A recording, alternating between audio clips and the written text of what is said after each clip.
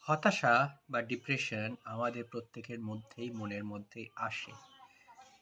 ডিপ্রেশনটাকে ফেলে রাখলে কিন্তু সত্যিকারের চলবে না।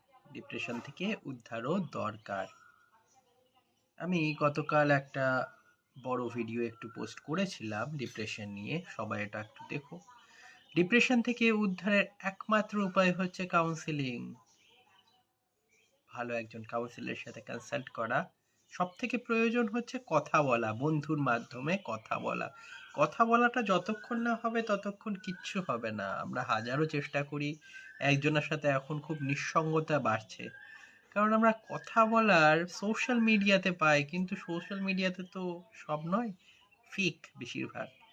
সুতরাং রিয়েল মানুষের সাথে কথা বলো, কানেক্ট করো, নিজের বাবা মার সাথে কথা বলো, পরিবারের সবার সাথে কথা বলো।